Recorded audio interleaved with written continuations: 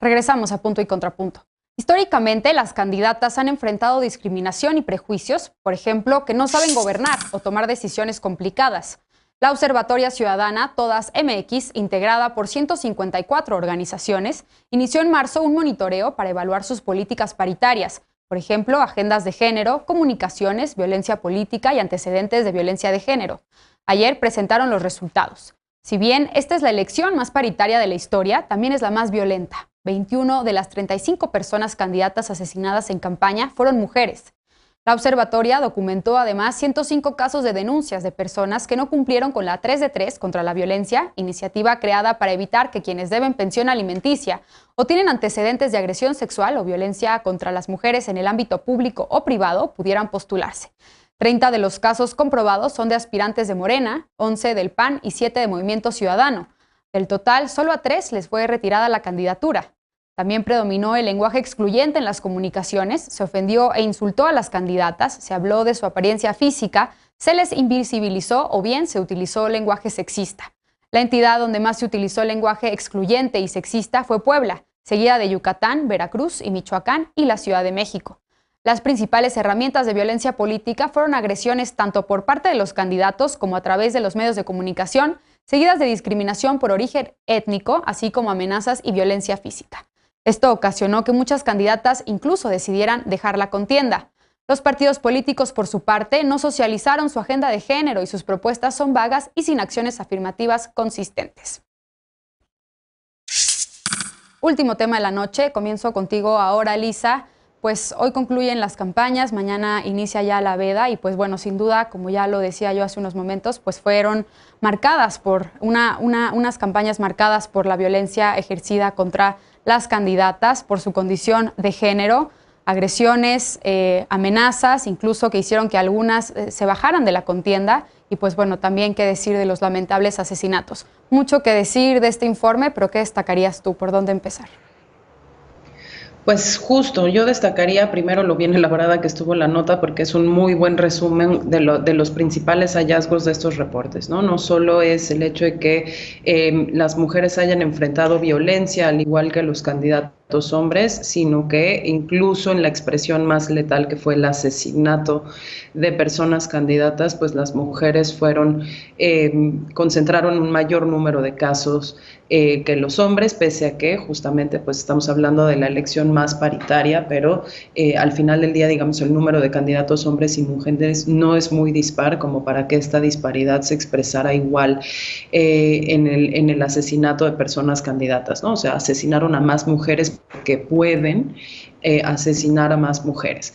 Lo segundo es que, a pesar de que la violencia letal es la más condenable y la que más nos debe alarmar, pues muchísimas mujeres candidatas a puestos de alcaldías, de gubernaturas, de diputaciones federales, de diputaciones locales, denunciaron que había habido durante todo el proceso mucha violencia política, tanto psicológica como emocional, como simbólica, como descalificaciones a priori por su condición de género, por su condición de mujeres, en donde los calificativos pues más frecuentes eran que las mujeres o estas personas, mujeres candidatas, estaban locas o que eran lesbianas o que por ser mujeres no tenían las calificaciones o las credenciales para aspirar a ese voto, les dijeron inexpertas, las amenazaron, se metieron con sus familias.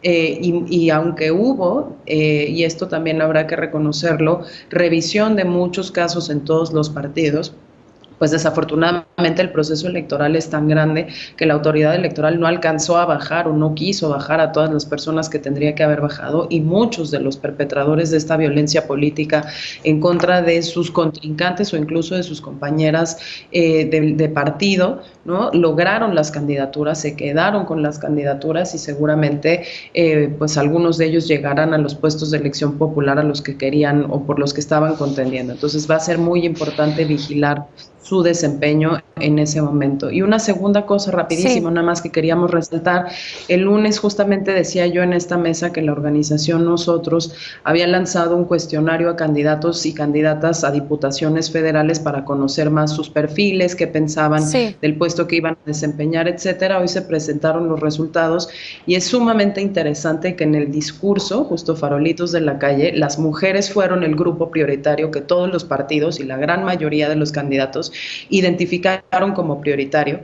Y sin embargo, cuando uno analiza las propuestas de agenda legislativa de todos estos candidatos y candidatas, hay una desconexión absoluta. Y, por ejemplo, llamó muchísimo la atención en este informe que, siendo la despenalización federal del aborto una necesidad importantísima para poder ecualizar las oportunidades entre hombres y mujeres, prácticamente ningún candidato, ninguna candidata de ningún partido se comprometió a defenderlo, pese a que dicen estar muy preocupados por la violencia contra las mujeres y que las mujeres son el principal objetivo de las políticas que impulsaban.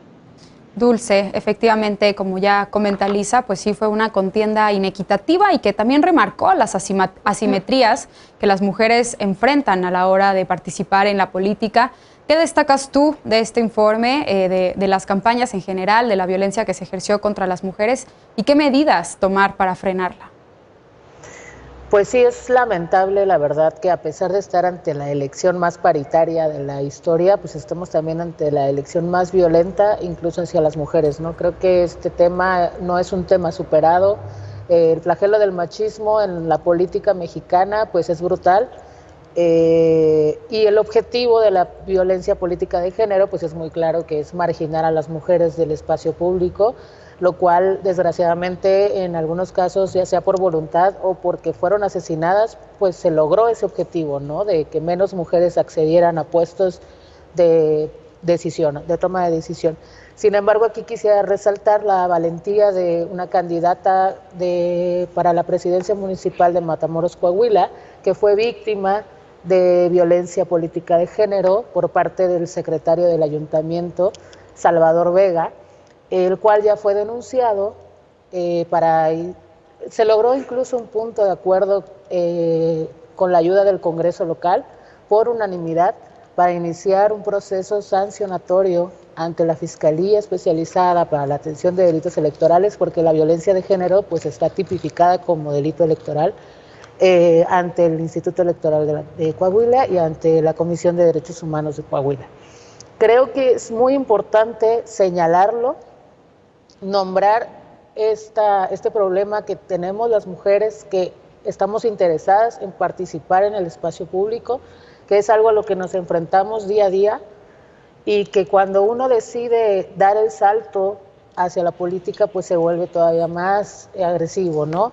Esta candidata, Valeria, ha recibido hostigamiento, agresiones, difamaciones. Se ha dicho que obtuvo la candidatura debido a una relación sentimental, lo cual borra de tajo toda su trayectoria, que para mí es muy violento eso, ¿no? Porque ella tiene una trayectoria desde antes y pues se borra por completo, ¿no? Y ha tenido gran activismo en el feminismo, lo cual también es utilizado en su contra. Bien.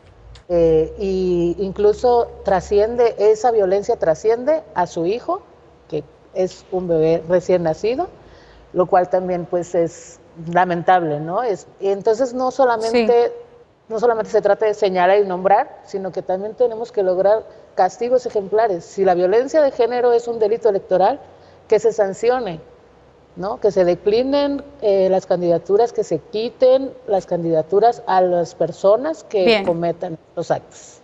Jorge, ¿cómo ves tú pues la situación de violencia política de género en estas campañas?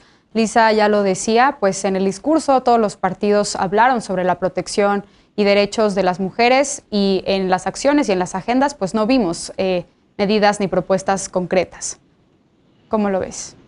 Yo retomo un poco el punto de Lisa. Creo que le da exactamente al clavo al decir que si bien estamos hablando de la elección más paritaria de la historia, llama poderosamente la atención que al final del día haya un impacto diferenciado en una mayor violencia, menos letal, en contra de las mujeres. Y al final del día creo que han habido ya muchísimos estudios que han demostrado justamente el impacto diferenciado que puede tener en las mujeres la exacerbación de la violencia en este país. Creo que el reporte, más allá de los temas que ya se mencionaron, pues sirve justamente como muestra de realmente lo que está experimentando México, y creo que es un tema recurrente. Cada 3 años hablamos de la elección más importante de la historia y terminamos diciendo fue la elección más violenta de la historia, ¿no? Entonces, sí me parece que más allá de hablar de castigos ejemplares, hay conversaciones que tenemos y necesitamos pues abordar. Desde luego está el tema de la violencia de género,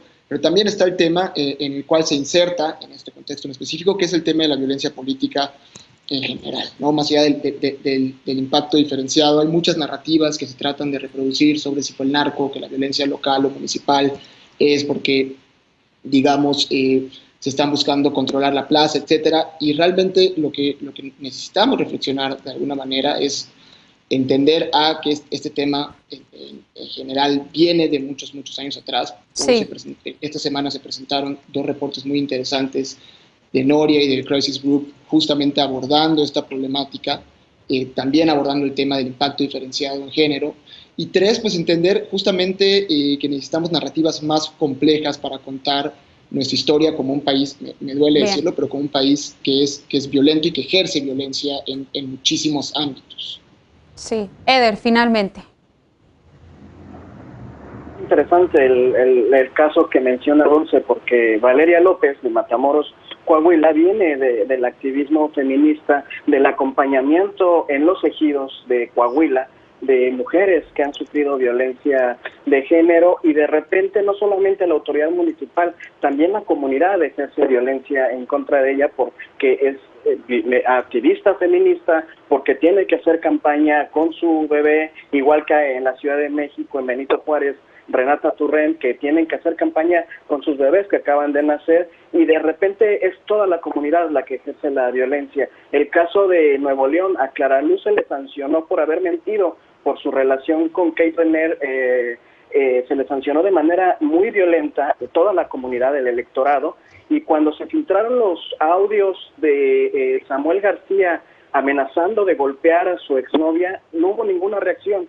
También hay una violencia que se ejerce desde la comunidad. Entre más avanzan las demandas feministas, entre más avanza la lucha feminista y entre más espacios de incidencia se ganan las mujeres con su lucha, hay más violencia, porque estamos en una sociedad profundamente machista y misógina, y eso es lo que se está reflejando.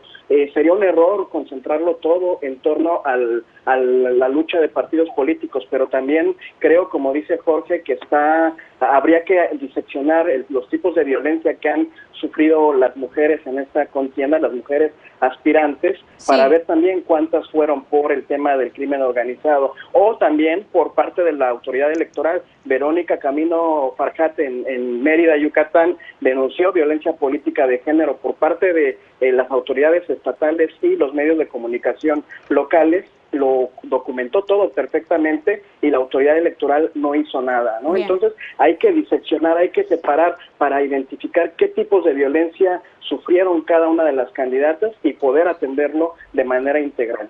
Bien, pues desafortunadamente se terminó el tiempo para discutir este tema tan importante, y con eso concluimos también la discusión sobre las campañas de este proceso electoral. Vamos a un corte y regresamos con la paparrucha, y para despedirnos de las y los panelistas, no te vayas.